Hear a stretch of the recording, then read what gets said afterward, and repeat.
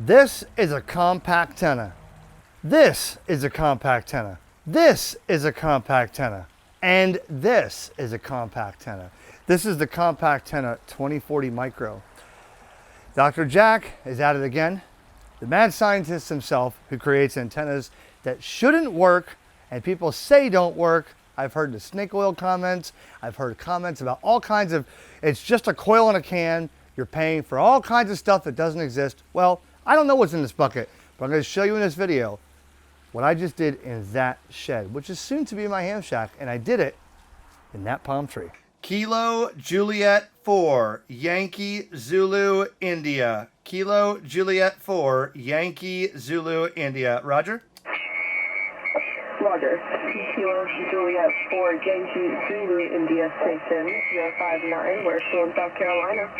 Am I really a true 5'9" into Carolina? 059 between two large stations.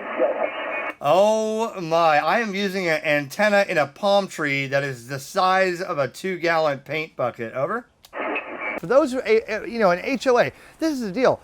The reason that I want to help promote this is because this antenna can be placed almost anywhere. We're gonna go in the spec sheet and show you that. You know, he designed this originally for those who have an attic, for those who have a wooden picnic table out in their backyard, those who can get this thing at least 6 feet off the ground like that. A wooden step ladder, for God's sakes. You could do that and make contacts. Now what I did was I put it in that palm tree because I did some testing. In the videos, actually, I'll show you this clip real quick. Kilo Juliet 4, Yankee Zulu India portable. 4 Yankee Zulu India portable. I got you 5'5" and for Kilo 2975. Roger. You're about a 5'4" here in Florida in the backyard using an antenna that's about the size of a 1-gallon paint can. Over. Well, it's working for you. You got great audio that's helping you out there, but it's working for you. Thank you for having that portable. You have a great day down in Florida. Hey, 7-3, buddy. Thanks. And that, folks, what I'm going to show you is an antenna that the mad scientist, Dr. Jack, is working on once again. And this time, this short video I'm going to show you, this is the COMPACTenna 2040 Micro. And I decided to make my first test on a recycling bin in my backyard. This is Kilo Juliet 4, Yankee Zulu India, Yankee Zanzibar India portable. Roger. Okay, sorry about that. Kilo Juliet 4, Yankee Zulu India. Eric, good evening. Come on in. Hey, well, I appreciate you taking my call here. We are portable in Florida, Vero Beach, Florida, using 100 watts and an antenna that is the size of a 2-gallon flower pot on the top of my recycling bin. Over. Roger on that. Well, welcome to what's known as the YL system. We meet on this frequency Monday through Friday at 0300. If you get a chance, check out our website at www.ylsystem.org. ylsystem.org. It'll tell you all about the system. Eric, you're welcome to join us here Monday through Friday at any time. Over. Okay, I really appreciate that. You're about a 5'5", 5'6". Can I get a signal report on this little tiny antenna in my backyard? I need a signal report. Over. Give you about a 4x4, Eric, over. Okay, very good. Well, with 100 watts and an antenna that's the size of a paint can on the back of backyard on the recycling bin, I'm really impressed. So thank you very much on the YL system. I'll check it out. I appreciate the signal report, and I'll say 7-3, KJ4YZI. Okay, no problem there, Eric, and thanks for checking in with us. Well, clear what Kilo Juliet 4 Yankee Zulu India. There it is. Look, watch. A little amplifier, right? Because I have my, look at this. Watch. Here it is. Number 2. I did a test on 40 meters. It is on 40 meters. Here it is. The little COMPACtenna 2040 micro. Okay, that was on the top of a recycling bin. So, do you have a recycling bin or trash can that's plastic in your backyard? You probably do. And you could probably get this antenna on there. This high is where it was. And I made contacts to Tampa, which proved some NVIS, as well as some Carolina. And then in the palm tree, which elevated at about the same height that it would be in my attic on my 1-story house, gave me contacts that you'll see in this video, okay?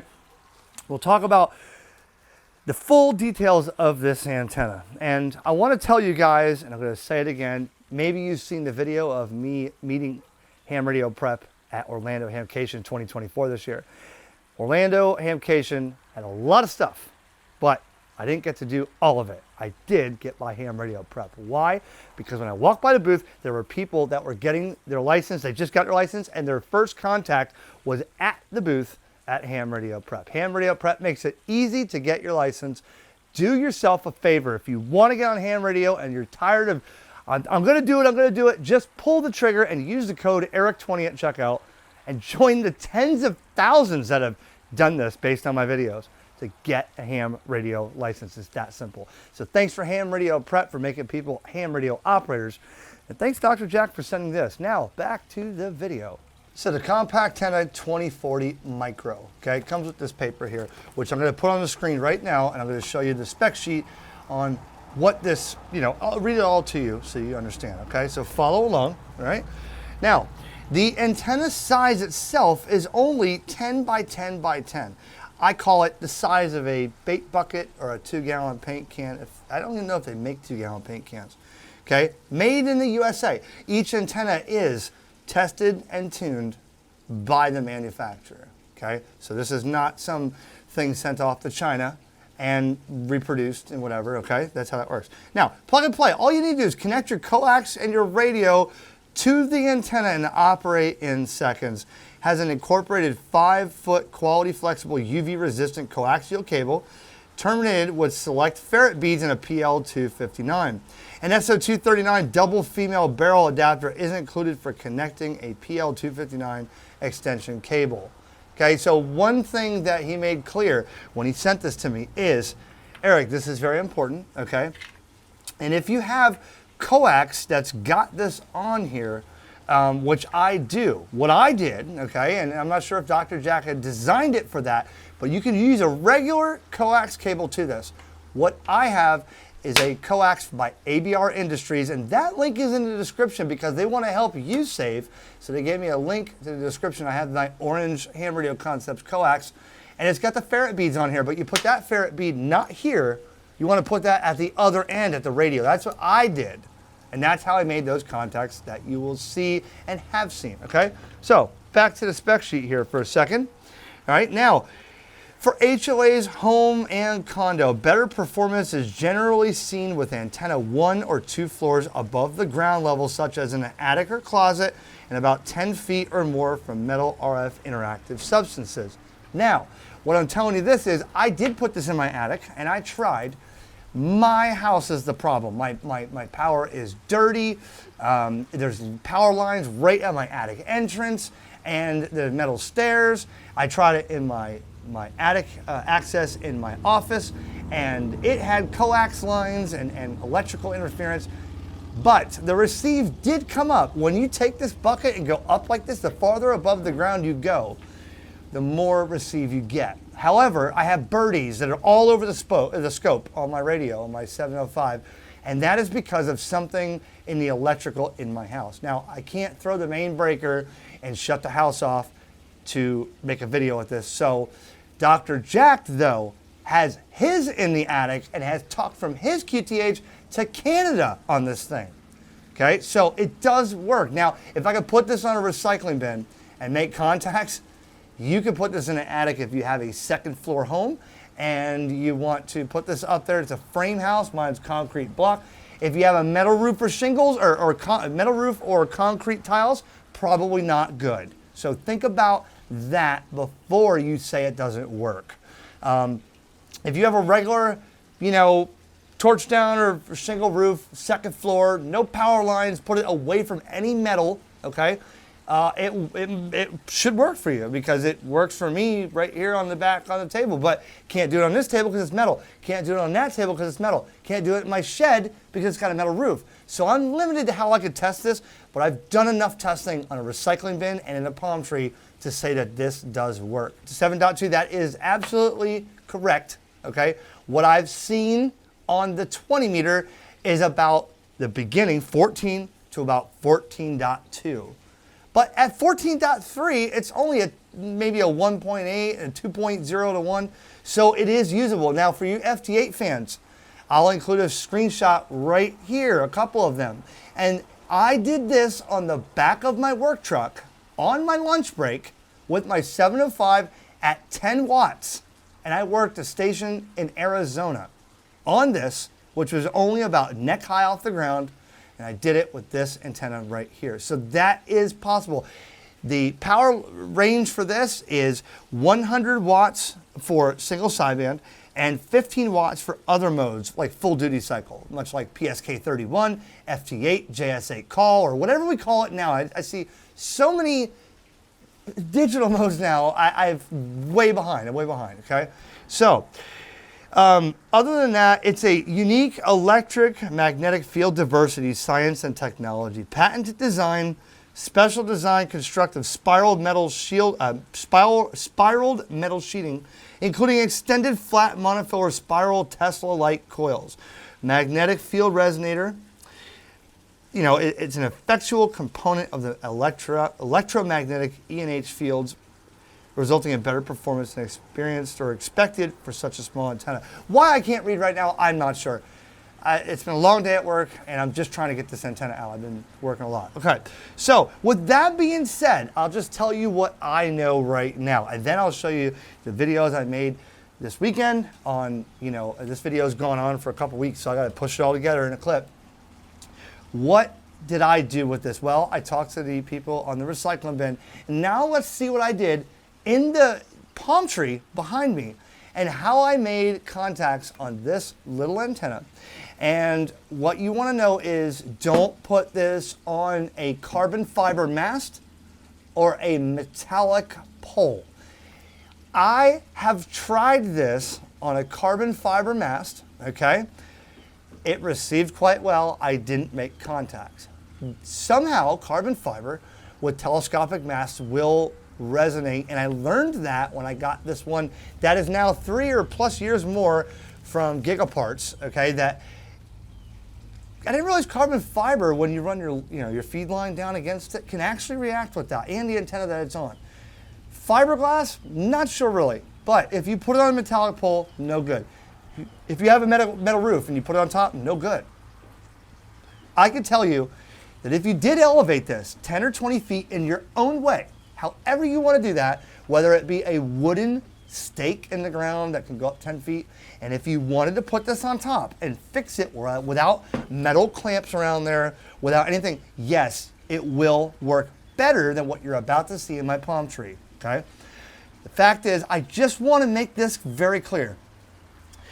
This does work, and Dr. Jack has designed this well beyond what my theory of radio ever will be. But what I've determined is if you follow his directions, it's going to work. I don't want people that are going to destroy me in the comments to tell me that they bought this and it doesn't work because they laid it on a metal roof. You understand what I'm saying? If you have a metal pole and I'll put a piece of wood between it. No, it's got an electromagnetic, field around it. You can't have it near metal. So if you have metal walls or metal studs in your attic, it's not going to work in the attic. Will it work on a recycle bin that's plastic? Absolutely. My recycling bin has metal wheels on the bottom and metal hinges. That didn't affect it at all. But if you have a steel trash can, it's not going to work on a steel trash can. So just be aware that I have followed his directions and I've used how he designed it, and it did work. Beyond that, because we're hams and we're very crafty and we're very, we want to do this our way and make it how nobody else does. As long as you follow his directions or reach out to him for support, it will work. That's a Roger, Roger. You are a 5555. Over. I think you gave. And I don't mean if it sounds like a butthole. I don't give a damn about 5-5, but that's what you gave me. So I'm gonna give you a 5-5 right back. As I said, I can hear you. Your clarity is coming through. So you're sounding real good. I'm over in Raleigh, North Carolina. Is the name Eric? Is that correct? Roger, Roger. Okay, Eric down in Florida. Your station is playing back over here in Raleigh, North Carolina, okay? Okay, I appreciate it, man. Thanks very much for the contact opportunity and 7-3. And to be honest, now as you were talking then, see, this is what I'm talking about, a report. And I know amateur radio operators love to hear a report. I got you about a 5-2. I got you about a 5-2 on singer report. But your audio sounds like a 5-5 or 5-7, so I just say I can hear you very well, and that's good enough for me, Roger. Hey, man, I've heard worse, man, but this antenna is in a palm tree, and it's only a little tiny antenna the size of a bait bucket. Roger? Okay, Eric. It's a pleasure meeting you here now. Of course, I pulled you up on curiosity. Let me have some of them radios you got over there, Eric. I need one of those radios so I can transmit, okay? Roger, man. If any of my radios sounded as good as yours, brother, I would be surprised. But thank you very much, man. And I hope to work you again when I got a really big signal out there like you do. 7-3 KJ4 YZI. Oh man, where is it? There it is. There's the bucket. That is a way you can hide this in a palm tree. If you see that right there. If you go back and you're in an HOA, look, you can hide this until, yes, don't tell me my palm tree needs to be cut. I know it does. It's about that time, but it's been very cold. That's why I'm not doing that. So if you live in Florida and you have palm trees, you'll understand. If you don't, please disregard the comments. So there we go. And I have that running right in here. Okay. You can see right here, it's fed here. Okay. Just for video authenticity, I'm going to show you. Ready? See the orange coax? I'm not done with my shed yet, or my ham shack. Look. There it is. Right there. And let me show you some of the stations that I'm receiving on this thing.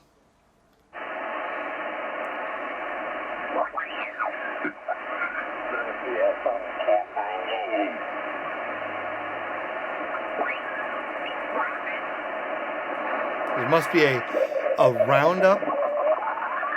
There's some slow scan TV. Well, let me show you FT8 here.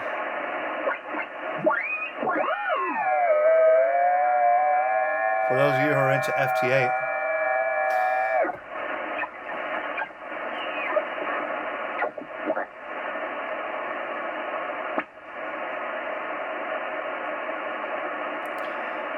you know,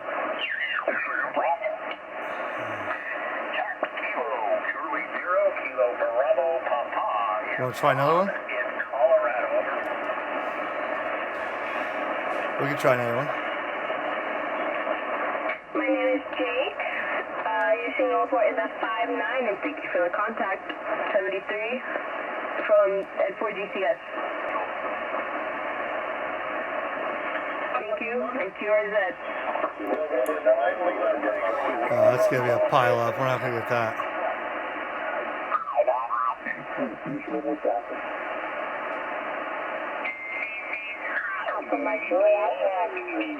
In South Carolina. So South Carolina, which I talked to.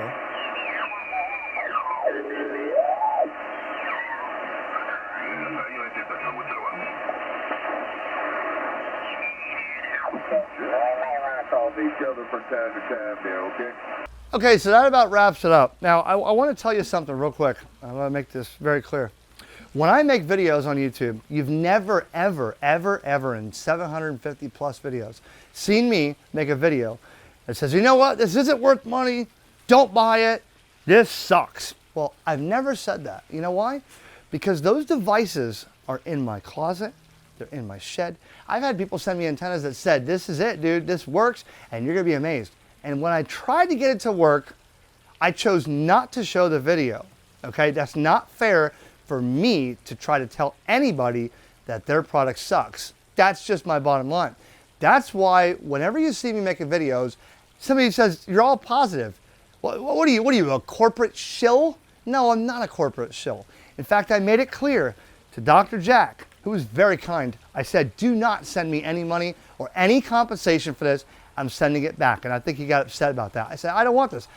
I opened the box on this and I was actually determined to get this thing to work. Now I'll say it in the video. Dr. Jack didn't even know I'm saying this, so I'm saying it right now. I thought, this is not, what am I gonna do with this antenna? There's no way this is gonna work, and I'm gonna try it and prove that this doesn't work. Unfortunately, I proved myself wrong. This actually worked on my recycling bin. This actually worked in my palm tree. Didn't work in my shed. Why? Metal roof, okay? I did not get it working in my attic. But that's not his design, that's my house. Concrete block house with a lot of wires everywhere in the attic, coax cables, power wires, and leaky bulbs and everything. Do I want to shut my main breaker off to make a video? No. And if you have to do that, what's the point of getting on ham radio, right?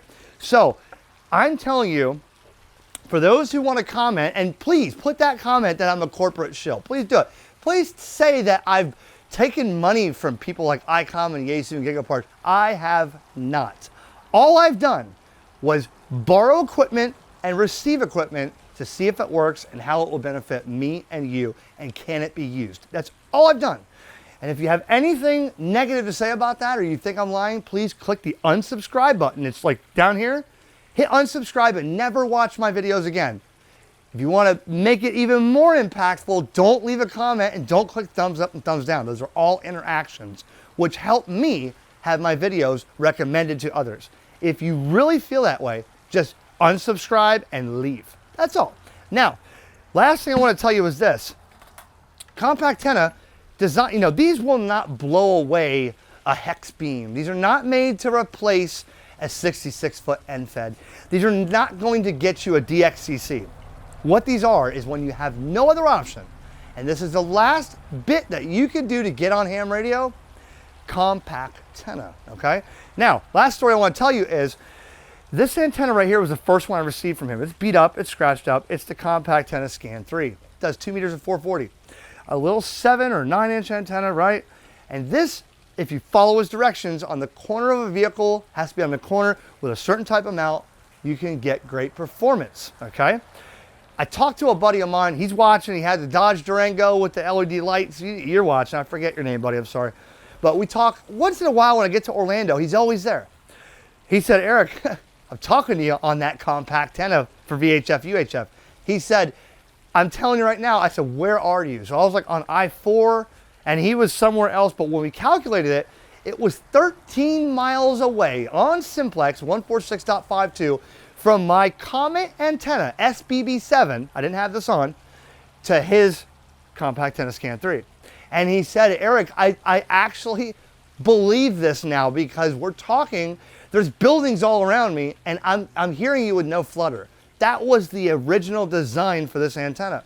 I may have not shown the most technological way of testing this with my Enritsu SiteMaster or any kind of spectrum analyzer as I was mobile. Didn't do that. But I can tell you right now, there's a lot of people that use this antenna. And why? Because they can't get that great big antenna on their vehicle. Their parking garage won't allow it. Their HOA doesn't allow it, and their wife is pissed. So that's what the bottom line is. These antennas are designed for compact, when you need a space restricted area.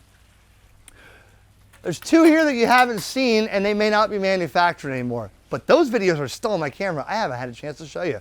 They're right here, okay? So COMPACTenna and Dr. Jack, I want to thank you very much for giving me the opportunity for this and being patient, because I had to check, see if my camera was still on, my microphone, because it died 3 times during this video. That's the part of making YouTube videos. You get the whole thing done, there's no audio. Dr. Jack, thank you for giving me time for this and at least letting me test your products. I got a lot of other products to stuff to do, radios and antennas and stuff. But if this video benefited you anyway and you found it entertaining, please leave a comment and say, thanks, Eric, great video. That's all I need. That's all I need. That's what helps me. I'm never asking you for money again. I'm never asking you to hit like and subscribe. Just put comments and let people read them in the future and tell them your experience on those antennas. That's all we need to do. Let's get more people on the air of ham radio and use ham radio prep. Use the code ERIC20, save 20%. And that's it. My pool has been heating for days. I hadn't had time to jump into it. It's 88 in my pool. It's about 71 outside. And I need to relax and get in the pool. So let me get this video edited and jump in that pool. 7-3, everybody. Ham Radio Concepts is brought to you by HamRadioPrep.com. It's never been easier to learn about ham radio before you take the exam. And Ham Radio Prep makes it fun and guarantees your success. Visit HamRadioPrep.com. Use the code ERIC20 to instantly save 20% off every course you buy. Remember the name, HamRadioPrep.com.